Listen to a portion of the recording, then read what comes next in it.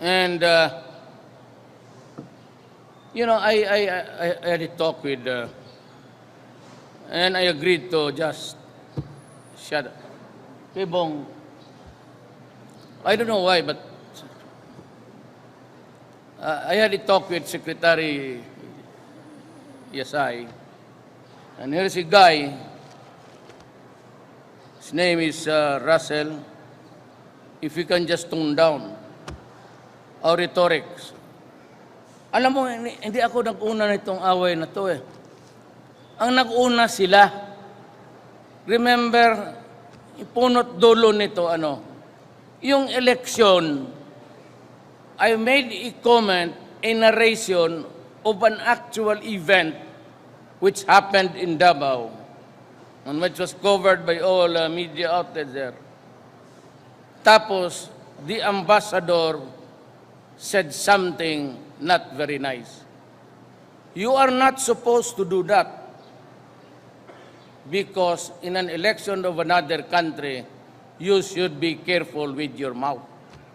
I reacted into it and it started to go out of control until they threatened me with imprisonment kasi human rights violation. And most of all, bakit ako nagmura? Just to show na bastos rin ako. Alam mo bakit? They were threatening me because it was an issue. It was a yellow fever issue sa election. It was not an issue against me in the early days of the campaign. When I was hitting hard sa rating, and then there was this looming, they started the hogwash. A senator whose foot is in his mouth. Good for nothing. Tapos sila ang nag-umpisa na be careful, lumabas yung Human Rights, State Department, Obama, EU. Ginanon ako, and every time they said, we will cut our assistance. Sabi ko sa kanila, putang ina ninyo, wag mo kaming gawing aso. Do not, sabihin mo na, as if I am a dog with a leash, tapos magtapon ka ng pan doon sa malayo, hindi ko maabot. Sila, you review. All that I did was, alam mo bakit? Walang nakikinig. I was trying to say na ganito. That hindi yung 3,000 na yan, mga ulol kayo, hindi lahat gobyerno yan. May pinatay ng gobyerno on legitimate encounters. But it doesn't mean to say that the 3,000, parang pinalabas nila na wala na ginawang gobyerno except to yung state-sponsored killing. Binastos ang bayan ko. Hindi ako, sanay ako, politiko ako.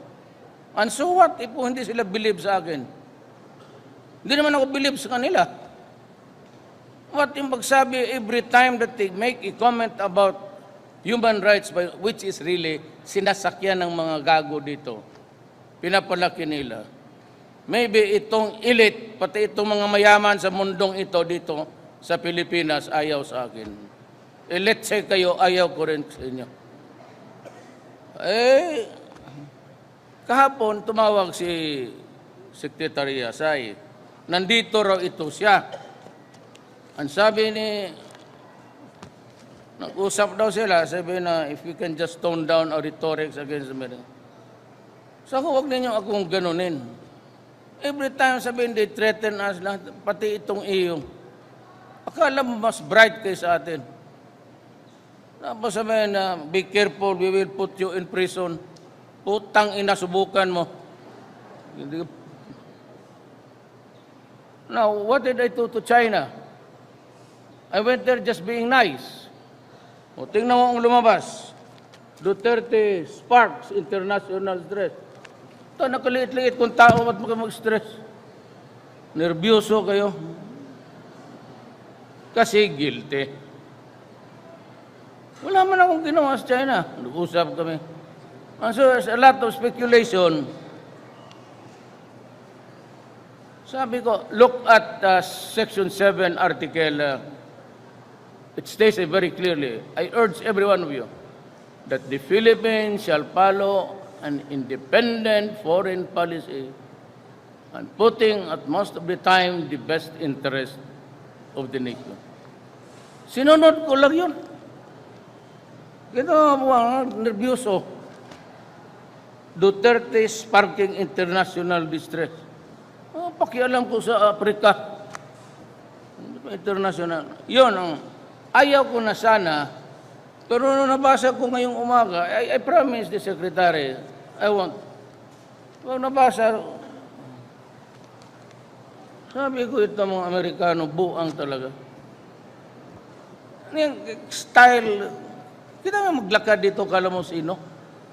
Wala pang mga visa itong mga gagong to. Tayo magpunta doon, pahirapan pa. At may sabi pa raw, galit ako kasi hindi ako binigyan ng visa. I'll tell you my answer. First time I went to America, ito ang question ng consul. Why are you going to America? I said, to visit a girlfriend. Yeah, yes.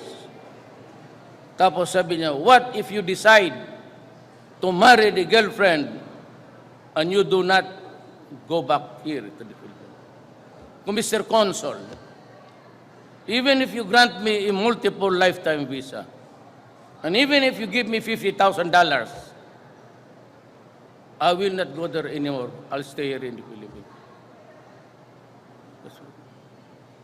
Hindi ako hangol ng bayan, baski ako, kahirap natin. Hindi, magtiis tayo.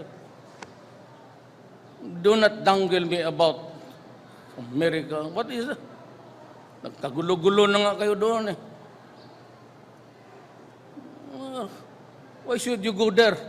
Magtanong ka ng mga Pilipino doon, mga doktor. Tanong ka ng mga sundalo na nag-aral doon. It's pure bigotry and discrimination doon. Pagtanong ka na napunta, kasi bayan nila.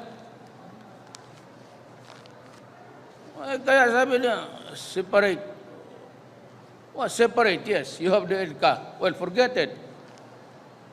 If I stay here long enough, one day that EDCA will, if it's an executive agreement, then I will just. I do not want to say any military man of any other nation except the Philippine soldier. Yan lang ang gusto ko. That's the long and short of it. I want an independent policy that ako pasunod-sunod ba si kanino.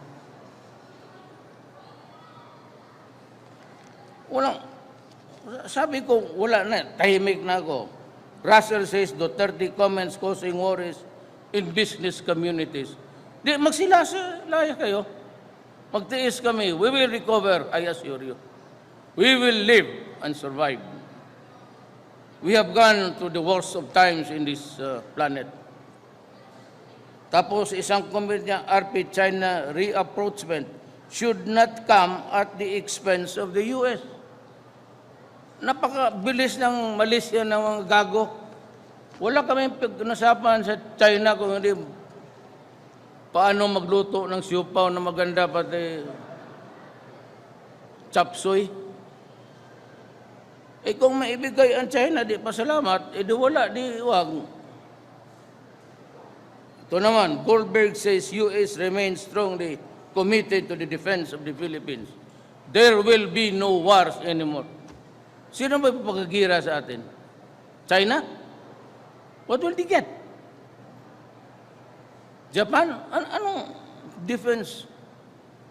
Baka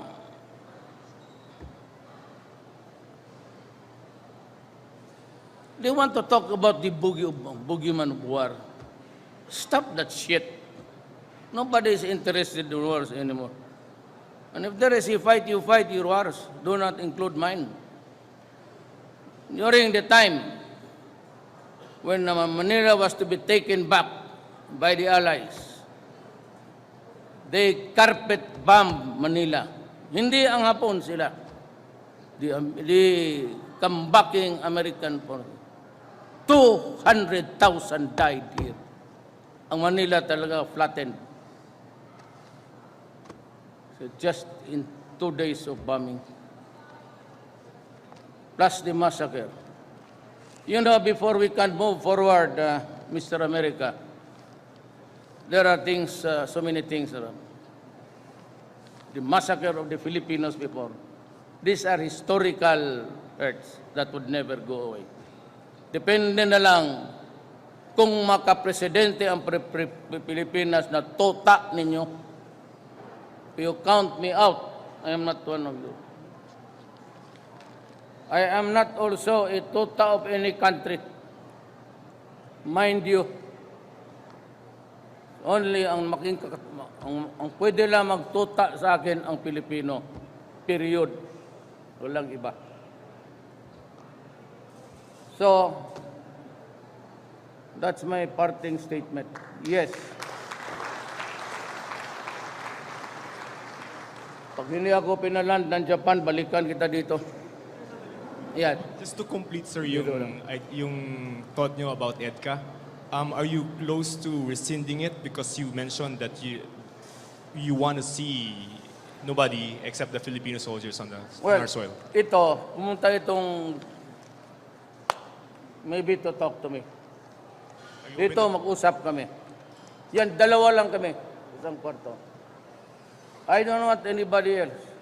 Gusto ninyo, magganong kayo sa plywood. Pakinggan ninyo kung paano ko. Sige, sir. Thank you. Thank you so much, Mr. President. Thank you so much, media. Let us all greet our President